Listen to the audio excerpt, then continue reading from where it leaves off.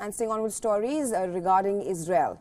In the latest countrywide demonstration against Prime Minister Benjamin Netanyahu's planned judicial overhaul bill, the Israeli demonstrators have now blocked highways in the country and they gathered outside Tel Aviv's stock exchange and military headquarters. According to the reports, 161 of the Corps Reserve officers have vowed to not report for duty, while the Israeli police scuffled with the demonstrators marching near Parliament.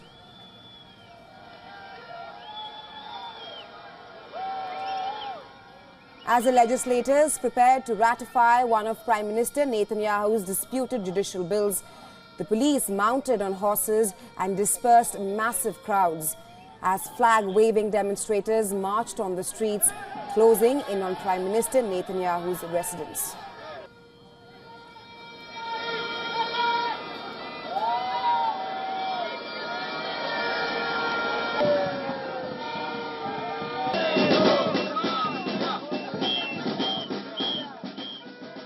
We're fighting here for our rights, and we're fighting that other people can receive rights, and not just us. We're fighting for a better country. We're fighting for justice. The day of disruption comes as long-time allies of the Prime Minister pushed a contentious piece of legislation through a parliamentary committee and ahead of a vote expected next week. However, the additional demonstrations are planned throughout the day. Following nationwide stunts, thousands marched to Tel Aviv Stock Market Exchange building, where dozens entered the building, tossing fake banknotes as symbols of corruption.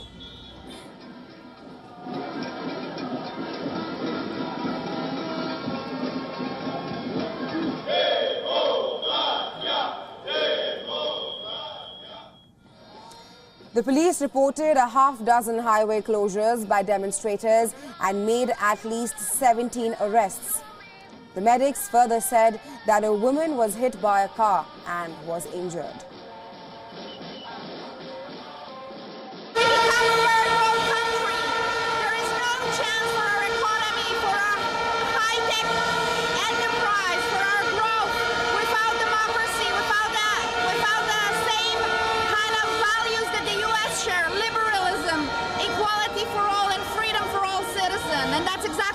Foreign government is trying to take from us.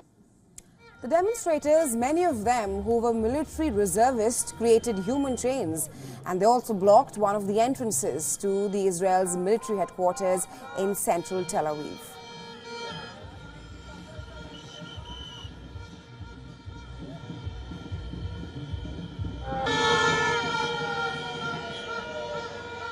We are citizens of Israel, serving in the army, paying taxes. We're here to say to Israel's government, the more you press, the harder we resist. We are saying no to dictatorship, and it will not pass.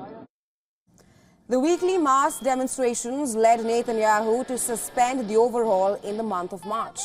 But he decided to revive the plan last month after compromise talks with the opposition collapsed.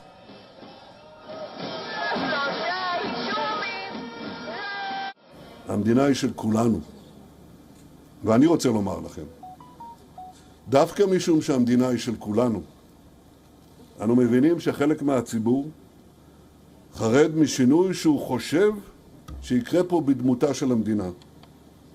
ולכן אני רוצה להדגיש, אנחנו כתלמידי ז'בוטינסקי מחויבים שישראל תישאר מדינת לאום יהודית ודמוקרטית, חופשית, ליברלית, שמקדשת את שלטון הרוב בצד זכויות הפרט. Now, the proposed laws would grant the lawmakers greater control over the appointment of judges in the country and also give Parliament the power to overturn High Court decisions. However, the critics say that the judicial overhaul will concentrate power in the hands of Netanyahu and his allies and further undermine the country's system of checks and balances. They also say that Netanyahu has a conflict of interest because he is on a trial for charges of fraud, breach of trust, and accepting bribes as well.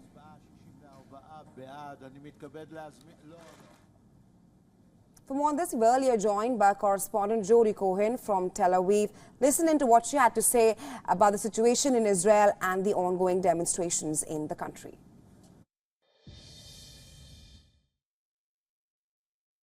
Yes, so I'm actually looking at the army headquarters now. It's just here. That was blocked for about 1 hour earlier this morning. We're seeing that there are pockets of protests going on around the country. They tend to last for an hour or two, and then they move on. Some people go before work, go to work, and then at the end of the day come back. Now, right now, I'm at the Hashalom train station, and this is something new. The protesters are planning to block key train stations across the country, which is something that they haven't done before. Actually, behind me, there are some protesters for the judicial reforms, as well as protesters against the judicial reforms, and there have been some lively debates going on here. We've heard that there are now 19 arrests that have been made across the country. One protester who was in the city of Ra'anana, they accidentally got hurt as they were coming out of their car. Again, that was earlier this morning. This is the 28th week of the protest. They're calling this a day of resistance as opposed to a day of disruption. And that seems to suggest that they were hoping for an uptick in the protest. I have to say that here in the main square, which they've renamed now as Democracy Square, it was actually empty. The police had blocked it off for the protesters. They were expecting a protest at 11 o'clock local time. Very, very few people turned up. They were elsewhere. It hasn't been the full day of mass protests that we have seen in the past. And there is some talk now of potentially the government and the opposition coming to some potential compromise on this reasonableness bill. That is what we're hearing right now, that's being discussed.